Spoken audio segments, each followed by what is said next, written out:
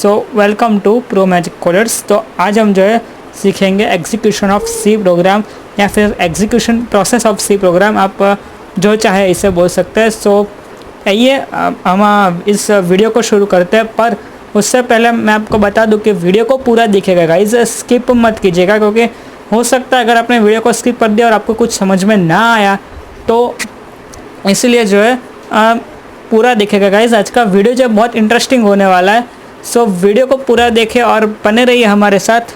सो चलिए देखते हैं एग्जीक्यूशन ऑफ सी प्रोग्राम होता क्या है। So execution of C programme, सबसे पहले तो जब प्रोग्राम एग्जीक्यूट होता है तब उसकी यहाँ पर जो है कुछ प्रोसेसेस होती है। सबसे पहला होता है प्री प्रोसेसर, यानी कि क्या होता है वो हम बाद में समझेंगे। फिर आता है कंपाइलर, असेंबलर, फिर आता है लिंकर। बट हम उस सब चीज़ को समझे उससे पहले हमें जो है कुछ और समझना चाहिए। तो हमें ये डायग्राम समझना चाहिए सबसे पहले। तो ये डायग्राम क्या है, तो इस डायग्राम में सबसे पहले आपको ऊपर दिख रहा है सोर्स कोड, फिर आपको जो है नीचे दिख रहा है प्री प्रोसेसर, फिर कंपाइलर, फिर असेंबलर, फिर लिंकर। तो इस डायग्राम का मतलब क्या है, तो सबसे पहले मैं आपको समझा देता हूँ इस डायग्राम का मतलब। तो इस डायग्राम में सबसे पहले सोर्स कोड, यानी कि आपका एक प्रोग्राम है यहाँ पे। सो यहाँ पर हम एक सिंपली हेलो वर्ल्ड वाला प्रोग्राम ले लेते हैं। तो मान लीजिए यहाँ पर एक प्रोग्राम है आपका हेलो वर्ल्ड वाला, जो कि हमने फर्स्ट किया था। नहीं देखा वो वीडियो, लिंक ऊपर आई बटन में दी गई है, जाइए उसको भी देख लीजिए। सो सबसे पहला यहाँ पर है सोर्स कोड, जो कि हमारा हेलो वर्ल्ड प्रोग्राम। फिर उससे नीचे आता है प्री प्रोसेसर।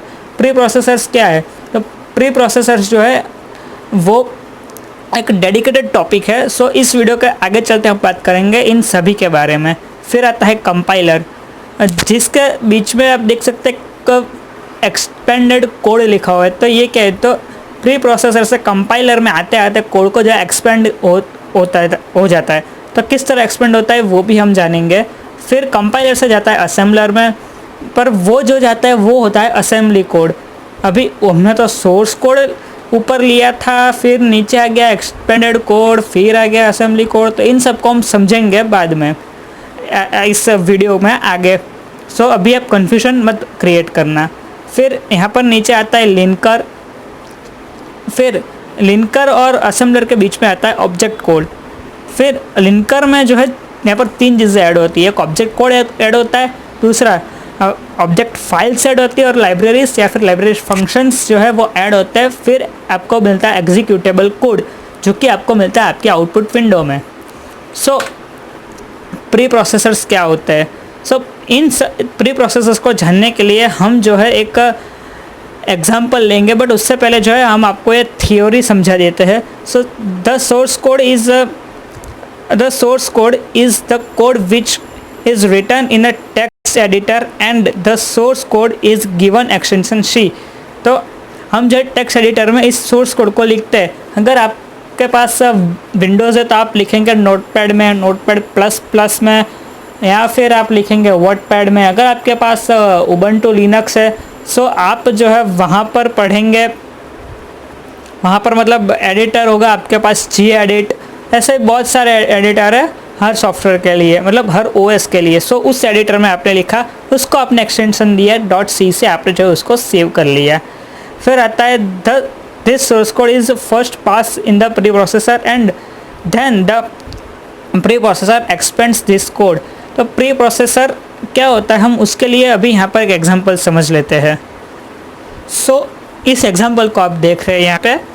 तो इस एग्जांपल में हमने एक सिंपल एक प्रोग्राम किया है हेलो वर्ल्ड वाला, जो कि हम पहले भी जो है सीख चुके हैं। सो इस एग्जांपल में क्या है, सो इस एग्जांपल में हमने यहाँ पर पहले तो दो एडर फाइल्स इंक्लूड की है। एक है यहाँ पर studio.h और दूसरी है conio.h। उसके बाद हमने जो है हैश डिफाइन पी प्रिंटफ लिखा है। तो यही जो हैश डिफाइन पी प्रिंटफ है, यही है आपका इस कोड के लिए प्री प्रोसेसर।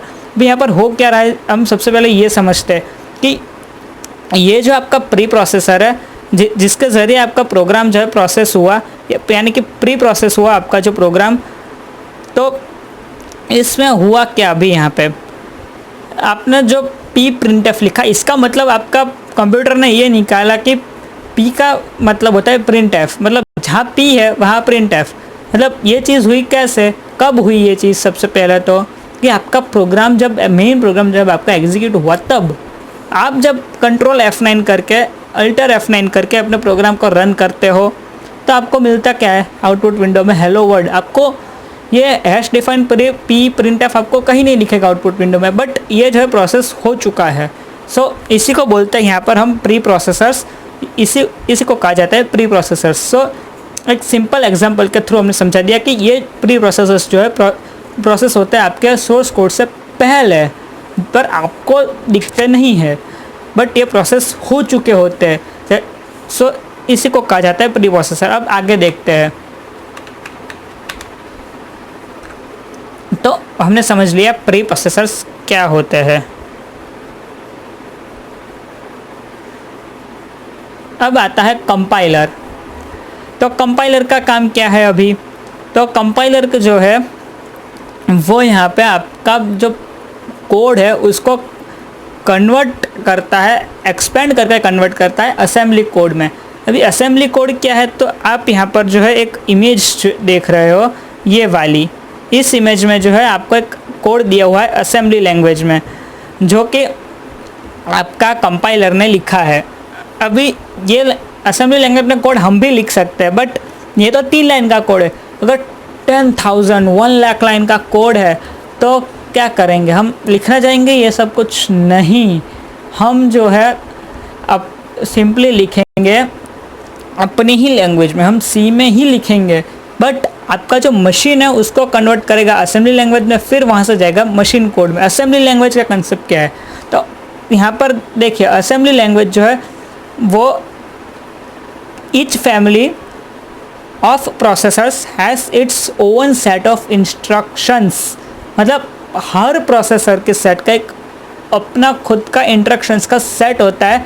मतलब यहाँ पर हम सिंपल एग्जांपल के थ्रू समझते हैं कि हमने जो है अपने कंप्यूटर को कमांड दिया कि ये वाला जो है स्लाइड ये या फिर ये वाला सॉफ्टवेयर है ये ओपन करो, तो क्यों वही हुआ, कोई और क्यों नहीं हुआ? आपने वर्ड ओपन करने का कमांड दिया तो क्यों वर्ड ही ओपन हुआ? यहाँ पे क्यों पावर पॉइंट गलती से ओपन नहीं होगा? क्यों क्रोम नहीं हुआ? तो और इसी तरह आपने अगर कंप्यूटर में टाइप किया ए तो क्यों ए ही टाइप हुआ यहाँ पे? अब कंप्यूटर में इतने सारे स्पेशल कैरेक्टर्स है, 0 to 9 नंबर्स है, A to Z अल्फ़ाबेट्स है, एरो कीज़ है, फंक्शन कीज़ है, और भी बहुत सारी कीज़ है, तो वो क्यों यहाँ पे परफॉर्म नहीं हुई? सो ये हुआ असेंबली लैंग्वेज के चलते, क्योंकि इन सब का जो है एक मशीन कोड है जो कि आप इस इमेज में देख सकते हो, जो कि है 0 and 1 के फॉर्म में। तो ये इमेज में आप देख रहे हो कि सब कुछ है 0 और 1 के फॉर्म में, जो हमें समझ नहीं आ रहा, बट आपका कंप्यूटर जो है वो समझ रहा है, तो उसको समझने देते हैं। तो इसी को, तो इस इंस्ट्रक्शंस को जो है बोलते हैं मशीन लैंग्वेज इंस्ट्रक्शंस।